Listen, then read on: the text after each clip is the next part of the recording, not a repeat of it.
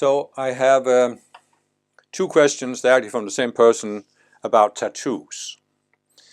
The first one is, so many people nowadays are getting tattoos. What do you think about tattoos? Well, I don't have any. I've never even considered getting a tattoo. And it's partly because I've always sensed that you're disrespecting your body. It's also why I don't drink, smoke, use drugs. I eat as little sugar as possible because I feel like I feel like it's inconsistent that you want your body to be healthy so you can do what you want to do in life, but you're mistreating the body. You're not giving it the best possible conditions for being healthy. And I just think a tattoo, most tattoos are just ugly. I'm not saying all of them are, but most tattoos are ugly. They have these very dark skulls and what have you, all kinds of symbols on them. And I understand that this is not really something that necessarily helps people, but I've always had a certain intuitive ability to read energy, to read vibration. Like I could sense going into certain places that had a darker energy, other places had a higher energy. So some of these tattoos, they just have a low vibration. And I just feel that this lowers your energy level in general when you have these tattoos.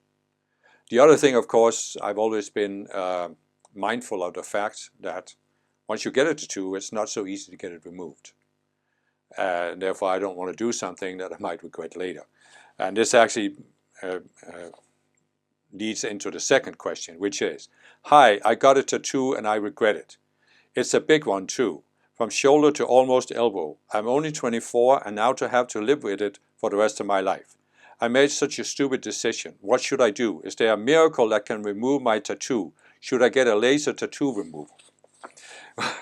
And the reason why I'm commenting on this question is, well, first of all, if there was a miracle, if I become aware that there's a miracle that can remove tattoos and put cats back into bags, then I'll let you know.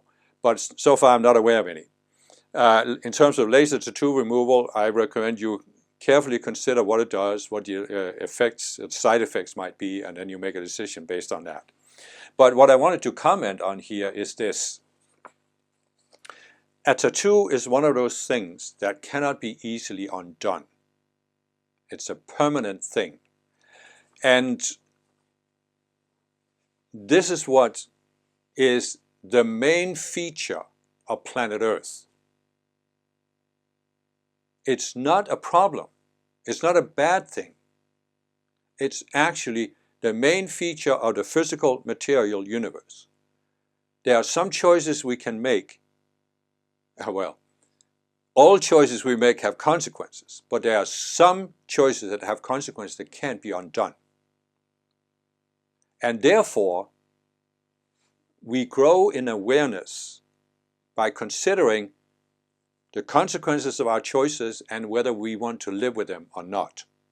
This is essentially what you call the school of hard knocks. Where you can have people who are at the lowest level of the school of hard knocks. They have no awareness of consequences, or they have no consideration for what the consequences of their actions might be. They just act and then they're surprised at the results.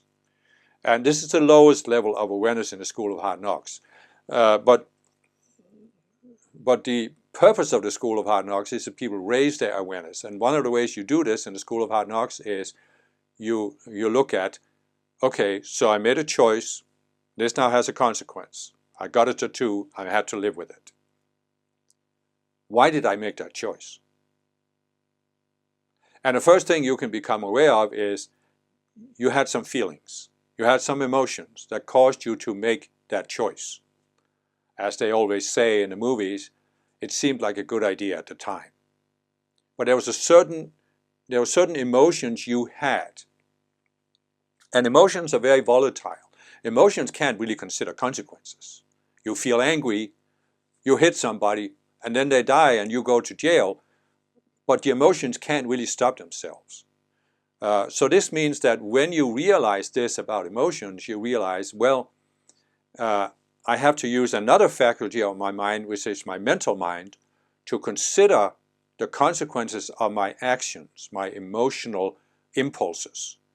If I take a physical action based on an emotional impulse, what are the consequences? This is what you have to consider at the mental level. So now you raise your awareness, you become more aware of your thoughts and your ability to evaluate and analyze consequences. And that means you can come to a point where now your mental mind is in control of your emotions. So your emotions don't run away with you. They don't run your life. You can think about what you want to do. But then, in order to take the next step up, you need to be aware that above the mental level is the identity level, where you have a certain sense of identity of who you are. And that's where you can then come to, I mean, there are many different ways that people identify themselves, right? But basically you can say, do you identify yourself as a victim of outer circumstances? Do you feel you are a powerless being? And you can then come to a point where you realize that you're not actually a victim. Because if you carefully consider the consequences of your actions, you can avoid the most negative consequences. You can avoid being manipulated by other people or being forced.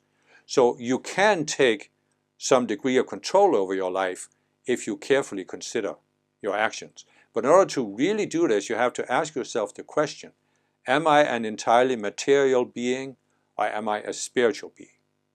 And when you come to that point where you can ask that question, that's where you can begin to step up, graduate from the school of hard knocks and go into the school of higher awareness, where you are raising your awareness. And that's what the spiritual path is all about, that I talk about in so many of my videos, and that many spiritual teachers throughout the ages have talked about. So what I'm saying is,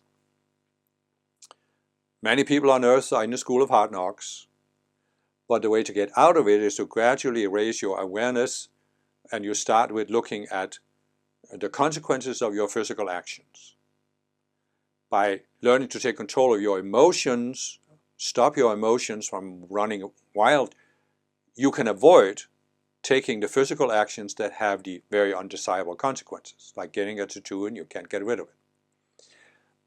But in order to, but still, if you stop your actions, right? So you can say, here's a person who doesn't allow himself to get so angry he kills somebody, but he still might feel angry. So your emotions might still be coloring your life.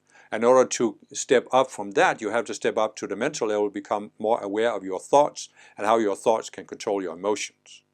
And then, after you have taken control of your thoughts, you can step up to the higher level of the identity and work with your sense of identity and eventually come to realize that you are actually a spiritual being, which means you have the potential to raise your consciousness beyond what you commonly see on earth, what is considered human consciousness. And that's then what I call the spiritual path that you engage in there from that point on. So the reason why I even answered this question was that getting a tattoo is something that's hard to get rid of, and therefore it's an example of we face these choices in life. Do we want to become more aware of what we're doing, or do we want to live the rest of our lives just doing one thing after another that we regret and that presents us with these consequences that we don't like, but we can't escape them once we made that choice? It's kind of like you can say that the physical world, it presents us with a basic choice. Do we want our entire life to be dominated by unpleasant consequences? Or do we want to realize that consequences come from our own state of mind, they're a result of our own state of mind, and that by taking command of our own state of mind, we can avoid a lot of these consequences. Again, there's free will, and other people can still do things to us, but we can at least get to a point where we are not doing things to ourselves.